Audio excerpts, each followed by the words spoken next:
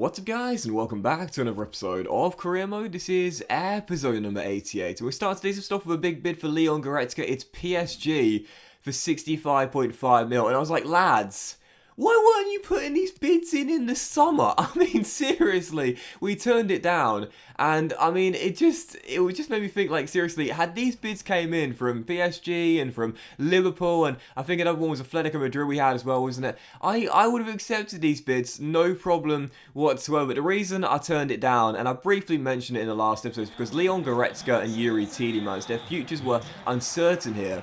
But since I decided to tie them down to long-term contracts, especially in the case of Yuri Tielemans, they've become really good seniors in this very young AC Milan team, and I really like that as well. You know, Goretzka, the veteran German, we've got two young Germans in Maya and Schneider in this team. He's the mentor for those midfielders, and then with Yuri Tielemans, the Belgian, he's the mentor for, you know, our young centre forward Timmermans. So I quite like it, to be honest. They've done sort of U-turns in this team, and I've decided after I gave them the extension in the summer, they're going to play out the season with me. Yeah, I mean, I thought about it. I thought, you know, £1 million in the budget. I said, if we are going to make some signings, we'll need to make some sales.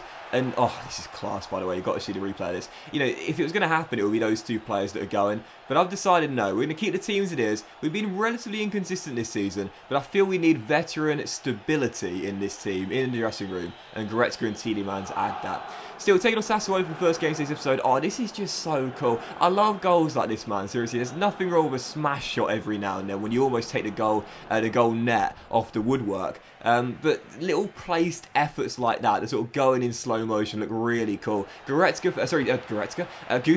finds the gap, bags his brace in the first half as we go 2-0 up very early, courtesy of the Uruguayan. That second finish, though, was just so cool. I love little composed, placed efforts like that. They're basically going in slow motion. Leading by 2 against Sassuolo in the first half. Played really, really well, but 90 minutes to go, the host would get back in the game, make it 2-1, and give the host a possible chance coming back from 2-0 down to level it. We've thrown away points from 2-0 positions before this season, twice, I believe, so I had to make sure we'd restore the 2-goal cushion, and we would. Really great little through ball here into Moise Kean, and our number 7 smacks it in for goal number 11 of the campaign. At this point, I'd taken off Gutierrez, and I was wondering whether I'd rue that decision. He was chasing a hat-trick. I decided to give him a breather, and in the end, I was thinking, I know we've got Torino in midweek. I want to start him in that, the Coppa Italia quarter-final, but if they come back from 2-0 down, I'm going to rue that decision to take him off massively. But thankfully, Keane does restore our 2-goal cushion, makes it 3-1, and then later on, stoppage time. Basically,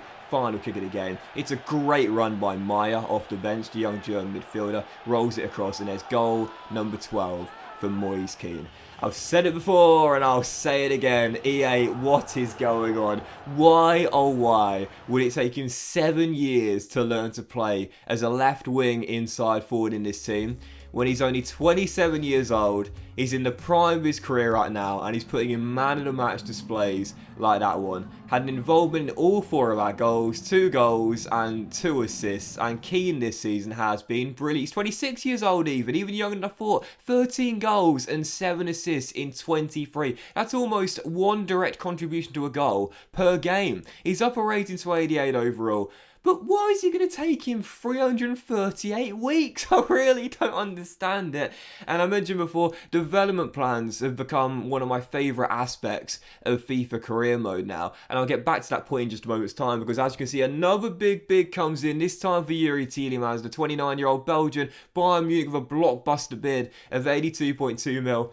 But I said, lads, appreciate it, but again, you waited too long. If you came in the summer with that offer, he would have been yours. I wouldn't even negotiate it. I would have said, take him, he's yours. But instead, no, you waited too long. We now see the value of Yuri and Leon. They remain here as leaders in this team, and they'll see out the season as well. Big transfer decisions for our star midfielders. Combined, we could possibly raise about 150 million, but to me, I think I've made the right choice here. If we are to steady the ship, if we are to win some silverware, I think we need leaders in this team. We got them in Yuri and Leon. They are going to stay with us until the end of the this season. And talking of Yuri, what a through ball. 6 minutes into the second game of today's episode, away in Turin against Torino. Tielemans with a brilliant through ball to Callum Hudson-Odoi, who scores our opener in the Coppa Italia quarter-final. And, you know, I've mentioned it already, like, if we are to win some silverware this season, I think the treble was a really tough ask from the board for season 1 of AC Milan, but I'd say the Coppa Italia is our most winnable competition, if you will. And 11 minutes in, we went 2-0 up. Yuri Tielemans not only got an assist, but got a goal as well for his troubles 11 minutes in. And this is why we said to Bayern Munich, he's staying here. He's got the experience, he's got the dressing room leader feel, and we need to work on his goal celebrations, I'll say that much, but even so. It's me that needs to work on the goal celebrations. I know what I'm doing half the time, I just press whatever button I can think of and say, yep, that will do. And just to break away from the gameplay here, is Tielemans almost got his second goal in 17 minutes. He was having a storm here in Turin. You know, I like to press the X button because that's like a default celebration. I think they're more realistic celebrations, if you will, just a little bit more emotive, I suppose. But even so, I do like a few combinations, like the arm flex, the strength celebration, the R1 up down to show respect, L1 double circle. This one's an L1 and circle to point to the sky. So I do know a few combinations, but it's just the sort of thing I've never managed to like learn them all off by heart. I know a few and a few go-tos, if you will, but even so. Anyway, to get away from the celebration talk, let's get back to the gameplay. Gutierrez made it 3 in the first half, and we were cruising at this point, but to be honest, this guy was at the heart of everything. Yuri Tielemans absolutely dominating, and even at 29 years old, and now I've turned 29 myself, I can tell you 29 is really, really young. You know, he was just dominating this game, showing exactly why Bayern put a big bid in, but why we're keeping him here. One thing I do want to know is what on earth I was doing 87 minutes in here. We were closing out the game, we were leading by 4. And, you know, like I mentioned last episode, goalkeepers make mistakes in this year's FIFA. I'm not blaming Plazzari for this one. Do not ask me what I was doing there. I mean, you know me, like the circle button is practically off limits when I got the ball in my own half. I don't like to just naturally hoof the ball long or hoof it in the touch.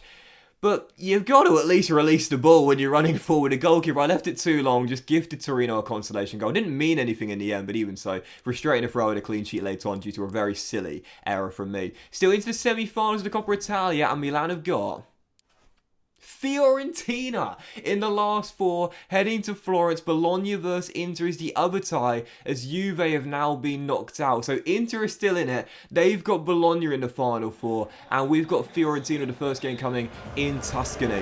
Now, that's not going to be easy. First game again, away from home. It's a 2-legged affair, the Coppa Italia semi-final. So I think we're favourites, don't get me wrong.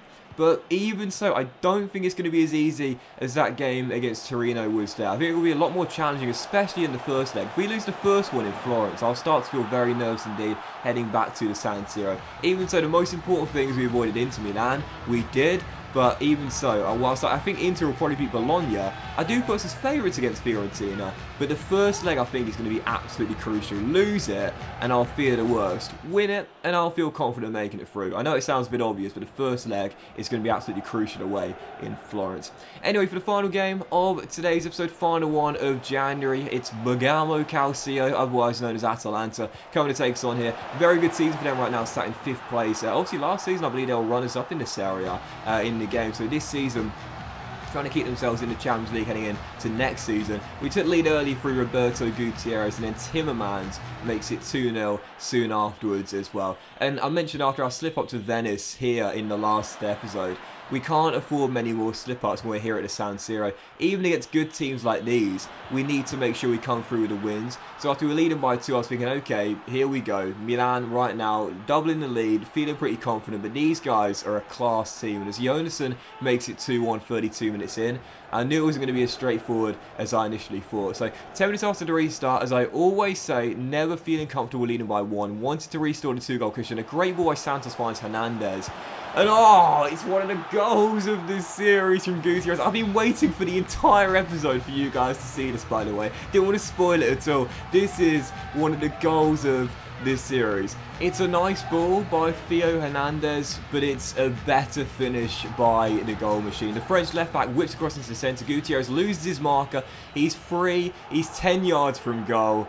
And this is just absolutely beautiful. The acrobatic effort. I don't score many goals like this in FIFA nowadays because when you whip the cross in, ordinarily the marking is so tight that a player doesn't have enough time or space to be able to acrobatically kick the ball in. Normally it's just a header, but even so, for that moment there, the stars just aligned. Brilliant cross, brilliant positioning from Roberto, and a brilliant finish as well. 2 goals and assist in a big 3-1 win against Atalanta as we keep the pressure on the league leaders Inter Milan, who, by the way, are having a clear out. Barella, Esposito and Kakare have all left in the January window. And so I looked on my budget and thought, am I doing the right thing here? Like, seriously, if Inter are having a clear out and a chop and change in January, and they're the league leaders doing that, should I be doing the same? But in the end, I said no. I stuck to my principles, I stuck to my guns, and I said no, I'm keeping the boys here. I rejected a bid for Maya. However, for this one, it was a lot more interesting. Leon Goretzka, Pep Guardiola putting in a bid in of 65.3 mil. But for Goretzka, he's only got 1.5 years left in his deal. There's a chance he might retire come the end of next season, so I won't be able to sell him in the summer. And I was thinking, do you know what? Because this deal won't go through until the summer, because there's only 1 hour left on the in the clock, and obviously, as we know, there's not enough time to complete the paperwork in 1 hour. I said to Pep, okay, give us an extra couple mil, and he's yours. 67.5 mil, and I was thinking, I think I'm playing 4D chess here. I think I'm levels ahead of everyone, because that deal won't go through into the summer. So Goretzka will stay, but then we'll get a big amount of money for him in the summer once the deal goes through. It's Inter, look at this. Barella, Esposito and Kakare all leaving for 218.5 mil. For those wondering who that Silva is, by the way, it's not Andre Silva, but it's Fabio Silva, the Wall striker, who in the game does so well. So what an interesting decision from Inter Milan, leading the way in the race for the league right now. Best team in Italy, but 3 major sales as Mason Mount goes to Barcelona. Harvey Elliott has now gone to Arsenal as well. I thought those were 2 very interesting transfers indeed. And Inter Milan's clear out was confirmed. So as deadline day ends, this was quite frustrating. Unfortunately, that was me thinking I was playing 4D chess. In the end, it didn't work out. Leon Goretzka turned down and moved to Man City. I thought that was quite surprising as well, because I know he didn't work under Pep. I know Pep left Bayern before Goretzka moved on from Schalke to Bayern, so it's not like he's linking up with a former manager, but I thought that Goretzka would like to do that, to be fair. You know, in his final few years, go play under Pep Guardiola. He doesn't want to play under Pep and try and test his hand in Premier League football, even so he doesn't do so. But there you go, Fabio Silva, he's gone to Inter Milan, 85 overall. I think he's higher rated than Esposito at this point right now, so maybe a good move in the end from Inter Milan. But for AC Milan, I decided to make the big decision in this January window. Make no changes, keep the core, keep the squad together. Question is, have I made the right one? Could have got 150 mil for Goretzka and Tielemans. In the end, decided to keep them here. And we have gone second now, 4 points clear of Lazio, and cut the gap on Inter to 5. 16 games to go, a decent run of form. We're still playing catch up to Simone Inzaghi's Inter Milan. But that will end today's episode of Korea Mode, guys. Big thank you for watching. Hope you have enjoyed. If you have, please drop a like. Much love to you all. Have a fantastic day, and I'll see you for the next episode of Korea, which does feature the second fixture of the season against the league leaders Inter Milan. Massive battle for the titles against our rivals very soon.